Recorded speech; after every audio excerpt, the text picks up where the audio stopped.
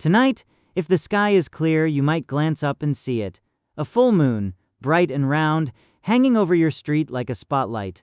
You might feel a strange pull to look at it a second longer than usual. You might even feel a little uneasy, though you couldn't say why. But the real answer is far stranger than a mood or a coincidence. Your unease has a history. It is older than language, older than fire, older than the first city ever built. For most of the time humans have existed, the full moon was not a pretty backdrop. It was information. It changed how your ancestors slept, hunted, hid, and survived the night. Think about what night actually meant before electricity. No streetlights, no porch lights, no glowing phone screen to check the time. Just darkness, thick enough to swallow a person whole. In that darkness, predators moved. Hyenas, big cats, other humans sometimes, who meant harm. Every rustle in the grass could be nothing, or it could be everything.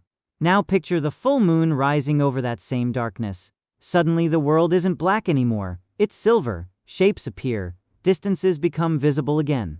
For a creature whose eyes had spent millions of years adapting to dim light, this was a dramatic shift in the rules of survival. Researchers have spent decades trying to understand how deeply the moon is wired into the human body, not just human myth. In 2013, chronobiologist Christian Kajukin and his team at the University of Basel ran a study that surprised even them. They found that around the full moon, people took longer to fall asleep, slept for less time overall, and showed measurably lower levels of melatonin, the hormone that governs your body's internal clock. Nobody in the study knew the moon phase was being tracked. Their bodies still responded anyway. Why would a hormone care about a rock orbiting the Earth? Because for hundreds of thousands of years, moonlight wasn't just light. It was a survival variable. It changed how visible you were. It changed how visible everything around you was, too. Your ancestors didn't need a calendar to know when danger was easier to see or when it was easier to be seen. Some anthropologists believe this is where the fear started. Not fear of the moon itself, but fear of what the moon revealed. On dark nights you could hide. On full moon nights you were exposed. If you were the hunted instead of the hunter, that mattered enormously. But here's the twist almost nobody expects. The full moon didn't just make your ancestors more afraid. It also made them more active. In 2021, biologist Horacio de la Iglesia led a study following communities in Argentina who lived with little to no artificial lighting, including the Tobacom people. His team tracked sleep patterns for months. What they found was consistent across every group studied. People went to bed later and slept less in the days leading up to a full moon, then gradually returned to normal as the moon waned. The effect showed up whether people had electricity or not, though it was strongest in those without it. In other words, the moon wasn't just something your ancestors feared. It was something that quietly rearranged their entire schedule. More moonlight meant more usable hours. More usable hours meant more time to gather, to travel, to talk, to stay alert.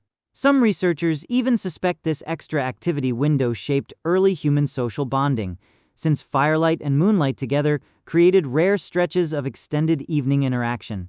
So which is it? Was the full moon a threat or an opportunity? The unsettling answer is both, and your body may still remember that contradiction. Here's where the story gets even stranger. For centuries afterward, long after most humans had fire, shelter, and eventually walls, the full moon kept its reputation. The word lunacy comes directly from luna, the Latin word for moon, because people genuinely believed moonlight could disturb the mind. Hospitals in 18th century England reportedly restrained certain patients more heavily around the full moon, convinced that its light triggered violent or erratic behavior. Modern researchers have tested this claim again and again. Large-scale reviews of psychiatric admissions, crime statistics, and emergency room visits have consistently failed to find a meaningful link between the full moon and human behavior on that scale. The lunacy myth, statistically speaking, does not hold up. And yet the sleep data does hold up. That's the part that should make you pause. You're not imagining it when you feel a little more restless on a full moon night. You're not imagining the strange difficulty falling asleep, even with blackout curtains and a phone on silent. Kajukin's research suggests your circadian rhythm, the deep internal clock regulating your hormones, may still be responding to a light cycle your ancestors depended on for hundreds of thousands of years. Modern light pollution has scrambled the signal. The old wiring, apparently, is still there.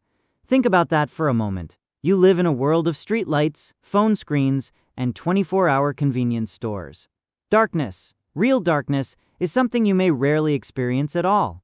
And still, on the nights when the moon is fullest, something ancient in you stirs. Why would evolution keep a signal that no longer seems useful? Because evolution doesn't remove what worked. It only adds on top of it. Your fear of the dark, your heightened awareness on bright nights, your body's quiet hormonal shift near the full moon, none of that disappeared just because you built roofs and switches. It's still running in the background, like an old piece of software nobody bothered to delete. This is where the modern mirror comes in. You probably don't worry about predators anymore. You're not scanning tall grass for movement, but you still check your phone one more time before bed. You still feel a spike of alertness when a room goes suddenly dark.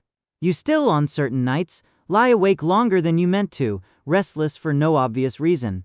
Some of that restlessness may be stress, some of it may be caffeine or screens, and some small, strange fraction of it may be a rhythm your body inherited from a version of you that lived under open sky, watching the moon for information about the coming night. There's something oddly comforting in that. You are not broken when you can't sleep on a bright night. You are not being irrational when a full moon makes you feel just slightly more awake than usual. You are running code that kept your ancestors alive for hundreds of thousands of years, long before anyone needed a reason for it. Consider how differently your ancestors experienced a single lunar month compared to you. You scroll through weeks without ever thinking about the moon's shape. They lived inside it. Hunting parties in many early societies planned longer excursions around the full moon, when extended visibility meant they could track prey after sunset without stumbling into unseen danger. Gathering trips stretched later into the evening. Even travel between settlements became more feasible, since moonlit paths were safer than pitch-black ones full of roots, rocks, and unseen drops. At the same time, that same visibility worked against them.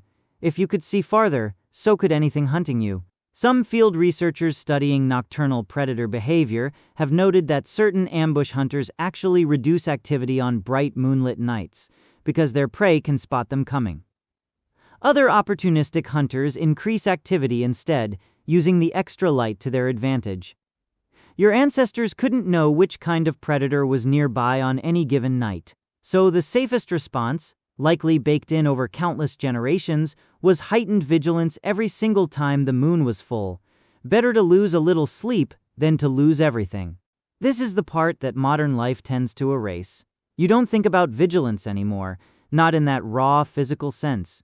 Your danger these days rarely comes from claws or shadows in the grass. It comes from notifications, deadlines, arguments, and the low hum of everyday stress. And yet the underlying machinery, the part of your brain that spikes alertness and disrupts sleep in response to light, hasn't been rewritten. It's simply been repurposed, reacting to street lamps and screens the same way it once reacted to moonlight over open plains. Here's a question worth sitting with. If your body still listens to a light cycle it hasn't needed in thousands of years, what else is it still listening to? Some researchers argue this is only the beginning of a much larger pattern. Human circadian biology appears to be extraordinarily conservative, meaning it changes far more slowly than human culture does. Kayokin's team noted that the melatonin suppression they observed didn't require participants to actually see the moon. Even in a windowless lab, with light levels controlled, the effect showed up faintly on a roughly lunar timescale. That detail troubled some scientists and fascinated others because it suggested the rhythm wasn't purely about direct moonlight exposure. It hinted at something closer to an internal calendar, a biological clock still counting days your conscious mind stopped tracking a long time ago. Not every scientist agrees on how strong or universal this effect really is, and replication studies have produced mixed results depending on location, lifestyle, and access to artificial light. That uncertainty is worth acknowledging. But the general direction, the fact that human sleep architecture responds at all to a roughly month-long lunar rhythm, has appeared often enough across independent research groups that it's difficult to dismiss entirely. Think about your own life for a moment.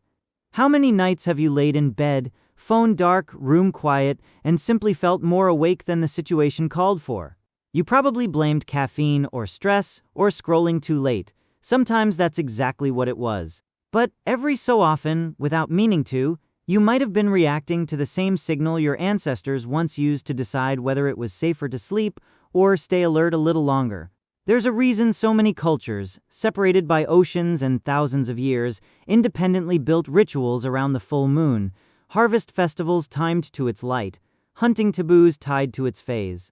Warnings passed from elders to children about staying close to the fire when the moon was brightest. You might assume these were just stories, the kind of thing people invented before they understood science, but maybe they weren't inventing anything at all. Maybe they were simply describing, in the only language available to them, a bodily sensation that science would later measure in a lab and call melatonin suppression. Different words.